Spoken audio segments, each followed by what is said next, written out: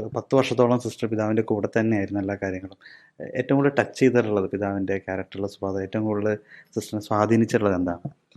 പിതാവിൻ്റെ സിംപ്ലിസിറ്റി ഭയങ്കര. അതെനിക്ക് എന്നോട് എന്തെങ്കിലും ഒന്ന് പറയുമ്പോൾ ഞാൻ പറയും, ഇതിപ്പോൾ പിതാവ് കിടക്കുന്നത് ഭയങ്കര വെറും കയറുകെട്ടിലായിരുന്നു. അപ്പം ഞാൻ വന്നു കഴിഞ്ഞപ്പോൾ ഒരു പായൊക്കെ ഇട്ടിട്ട് കഴിഞ്ഞിട്ട്, അപ്പോൾ ഇതിനു മുമ്പുണ്ടായിരുന്ന എൽസിസ്റ്റ് പറഞ്ഞായിരുന്നു പായ പിതാവ് ആക്കെ മാറ്റി വെക്കുമെന്ന് പറഞ്ഞായിരുന്നു. അപ്പം ഞാനത് ഇട്ട് കഴിഞ്ഞിട്ട് പിതാവ് പറഞ്ഞു, ഇതൊക്കെ വലിയ ആർഭാടം, ഒരു ഉറങ്ങാൻ എന്തിനാ ഇത്ര ആർഭാടം എന്നൊക്കെ അങ്ങനെ ചോദിച്ചിട്ട് അത് മാറ്റി വെപ്പിച്ചു എന്നെ കൊണ്ട്.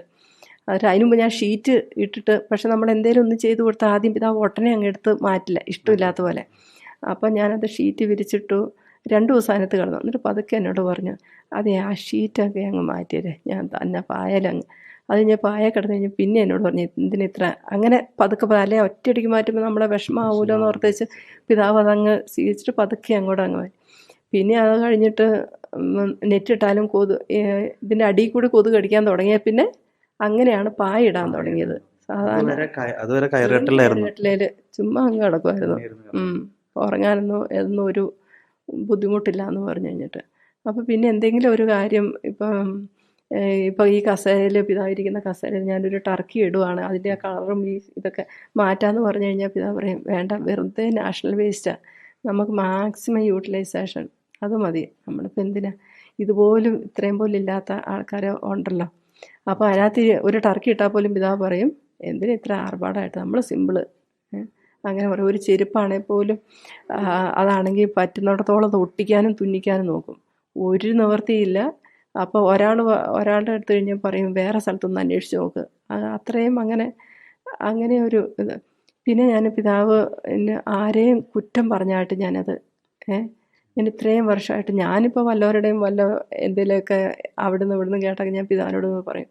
പക്ഷെ എന്നാൽ പോലും പിതാവ് അതിനെക്കുറിച്ച് ഒരാളെക്കുറിച്ച് ഇപ്പോൾ ഏതെങ്കിലും ഒരു അച്ഛൻ എവിടെയെങ്കിലും എന്തെങ്കിലും ഒന്ന് പറ്റി, അല്ലെങ്കിൽ വേറെ ഏതെങ്കിലും ഒരു മനുഷ്യൻ വന്ന് ഇത് പറഞ്ഞു, അല്ലെങ്കിൽ ഞാൻ തന്നെ പറയും, ഇതിപ്പോൾ അതങ്ങനെ ചെയ്തിട്ടല്ലേ, എന്നാൽ പോലും ഇത് ഒരു വിധിക്കുന്ന ഒരു കുറ്റം ഞാൻ ഇത്രയും വർഷമായിട്ട്. ശരിക്കും ഒരു വിശുദ്ധമായൊരു ജീവിതം തന്നെയായിരുന്നു ഈ ഒരു കാലഘട്ടത്തിലും പിതാവ് നയിച്ചത്.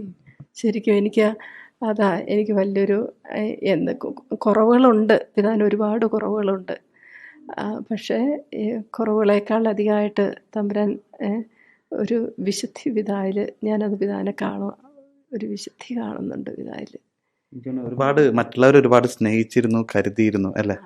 പിതാവിൻ്റെ കരുതൽ എന്ന് പറഞ്ഞു കഴിഞ്ഞാൽ, പിന്നെ പിതാവ് എടുക്കുന്ന ഒരു സ്റ്റാൻഡ് എന്ന് പറഞ്ഞു കഴിഞ്ഞാൽ, ആരൊക്കെ ഇപ്പോൾ ഒരാൾ വന്നിട്ട് ഇപ്പം സാറ് തന്നെ ഒരു കാര്യം പറയുക, അപ്പോൾ വേറൊരാൾ ഒരു പ്രശ്നം, അപ്പോൾ അങ്ങനെയാണെങ്കിൽ പോലും പിതാവ് ഇതിനെക്കുറിച്ചങ്ങ് പഠിച്ചു കഴിഞ്ഞിട്ട് എല്ലാവരും മറ്റേ ഭാഗത്താണെങ്കിൽ ഇയാൾ ഒറ്റയ്ക്കുള്ള സത്യം ഇവിടെയാണെന്ന് പറഞ്ഞു കഴിഞ്ഞാൽ പിതാവ് സത്യത്തിലാതെ നിൽക്കും. അത് കഴിഞ്ഞിട്ട് അവൾക്ക് അപ്പോൾ ഒറ്റപ്പെട്ടലും ഒക്കെ തോന്നും, അപ്പോൾ പിന്നെ സപ്പോർട്ട് കൊടുക്കും, ഒരു വിഷമിക്കരുത്, അങ്ങനെ പറഞ്ഞിട്ട് അത് സത്യം എവിടെയാണോ സത്യം അവിടെ പിതാവ് നിൽക്കുകയുള്ളൂ. അതിപ്പോൾ ഭൂരിപക്ഷം നോക്കിയിട്ടേ അല്ല. ഞങ്ങളിപ്പോൾ സിസ്റ്റേഴ്സിൻ്റെ തന്നെ ആയാലും ഇപ്പോൾ വേറെ ആരുടെ ആയാലും കുറേ പേര് ഒരു പ്രശ്നം ഉണ്ടാകുമ്പോൾ 2 കൂട്ടരും വരുമല്ലോ. 2 കൂട്ടരും ഇപ്പോൾ ഒരു കൂട്ടരെ വന്ന് പറഞ്ഞിട്ടുണ്ടെങ്കിൽ പിതാവ് പറയും, ആദ്യം നമുക്ക് മറ്റേ ഒറ്റപ്പെട്ട ആളെ കേൾക്കണം എന്ന് പറയും. പ്രതിയെ ആദ്യം കേൾക്കണം, ഇപ്പോൾ പ്രതിയായിട്ടാണല്ലോ പ്രതിയെ ആദ്യം നമുക്ക് കേൾക്കണം എന്ന് പറഞ്ഞു കഴിഞ്ഞിട്ട് പിതാവ് വിളിക്കും. എന്നിട്ട് പിന്നെ കാര്യം മുഴുവനും ഇരുന്ന് കേൾക്കും.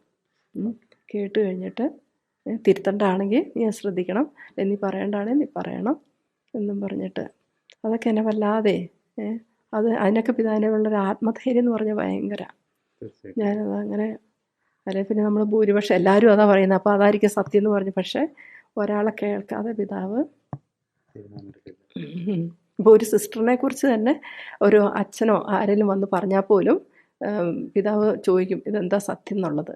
പിതാവിന് കേൾക്കുമ്പോൾ അറിയാം, ഇപ്പോൾ സിസ്റ്റർ പറയുന്നതാണ് തെറ്റെങ്കിൽ നുണയെങ്കിൽ സത്യം അല്ലെങ്കിൽ അത് പിതാവിന് അന്നേരം മനസ്സിലാകും.